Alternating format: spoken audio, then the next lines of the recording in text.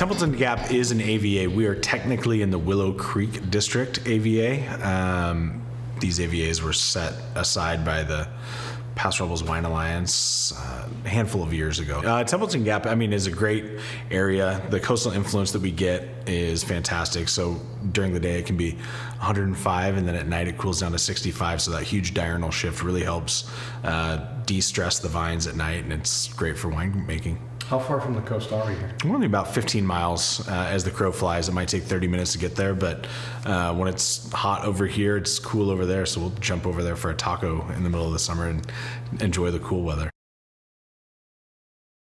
I think that one of the great things that Paso has done is kind of set itself aside from other regions where we still are local owner, winemaker, wineries, really starting to get out in the national market. But like you said, good price points. And the great thing about Paso, there's so many different varieties that are grown here. Take Fulldraw, for example. We actually have 8 different varieties grown on the property.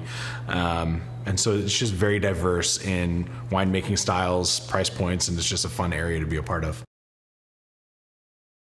We really focus on Rhone varieties, although we do have some varieties planted from outside of that category. We have predominantly Syrah, Grenache, and Mourvedre planted here, but we also have varieties such as Cabernet, Sauvignon, and Tempranillo planted here as well. So Mourvedre, specifically for me, it only gets bottled in vintages where we deem exceptional, and we rely heavily on that as a blending wine in 2 of our wines, which are Honey Bunny and Chopping Block. And it's really hard to take away your best Mourvedre to make its own bottling when those take so much and really need that wine in the blend. And same here in-house. Myself and the team, we love that wine so much, but every time we make its own blend and come up with something cool, we realize that we've taken too much away from Chopping Block and Honey Bunny, and we just kind of say, well, in the future we'll be able to do it. So I actually grew up in a small town in southeast Iowa called Fairfield.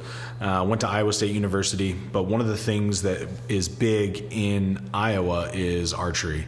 So I was actually shooting archery as a kid, and when we fast forward a couple years later to 2012 when I'd purchased the property, we were trying to figure out a way to keep something close to my childhood and my past. And so full draw was something that I came up with, and that's a term in the archery side of the world that when you have your bow pulled all the way back, you're a full draw.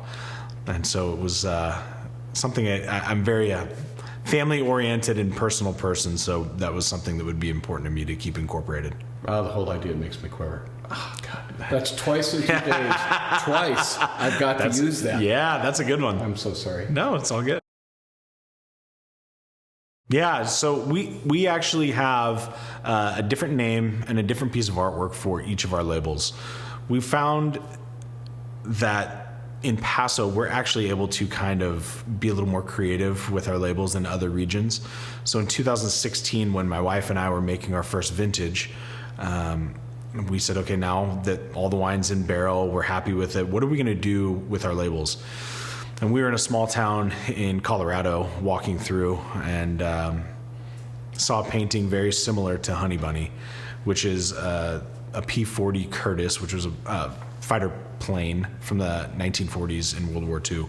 Both my grandfathers having served in World War II, it just had, that painting had a lot of emotions come flooding back to me because of that. And so we were fortunate enough to get the artist's name, and so Michael Bryan out of Huntington Beach, I had a great conversation with him on the phone, and one thing that we discussed was actually having him figure out a way to get his artwork on our label, but he wanted to taste the wine first.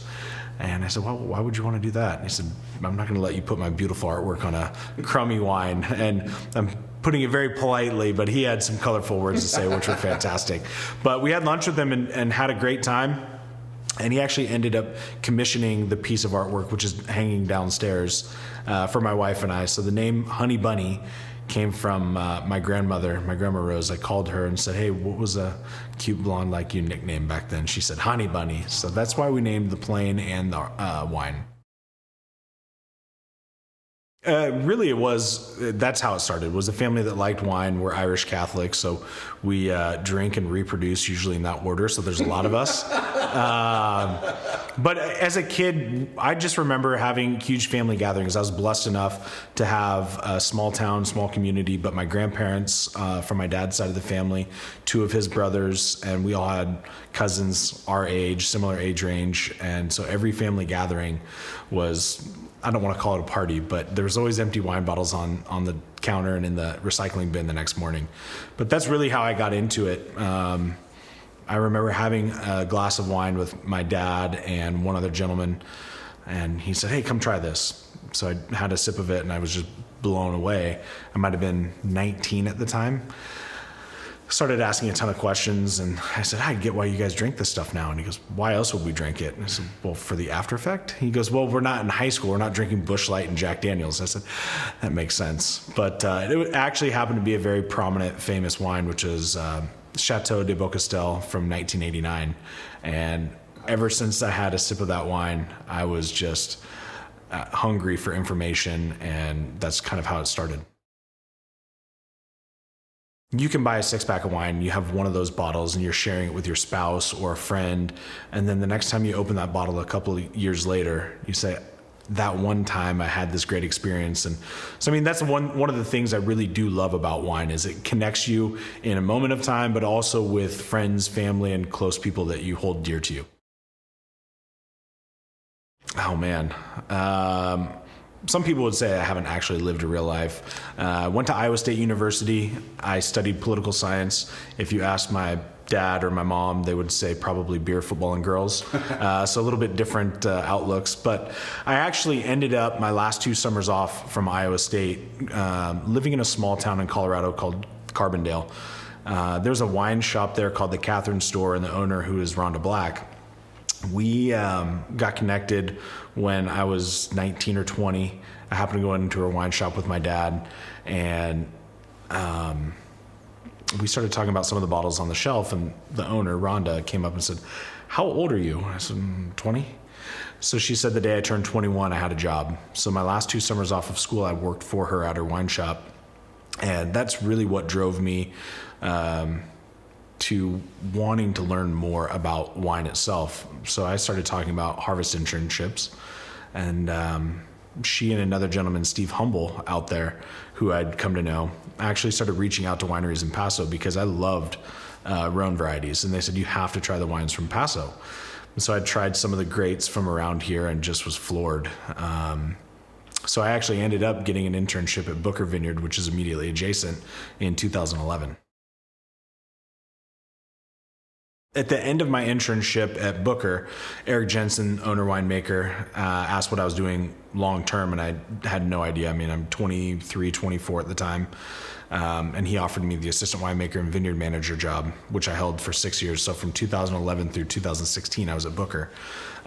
This property came up for sale in 2012. The previous owner had offered it to Eric, and it made sense because these properties are immediately adjacent to each other. And at the time, Eric just wasn't interested in taking on any more debt or buying another vineyard.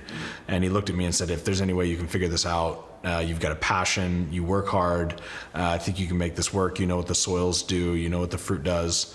So I'd actually owned a farm in Iowa that I was able to sell and put a down payment on the farm out here. The land prices are a little different between Iowa and California, just a little. But fortunately for me, coming out of that 2008 recession, land prices were still pretty muted here in California. So I was very fortunate with the timing.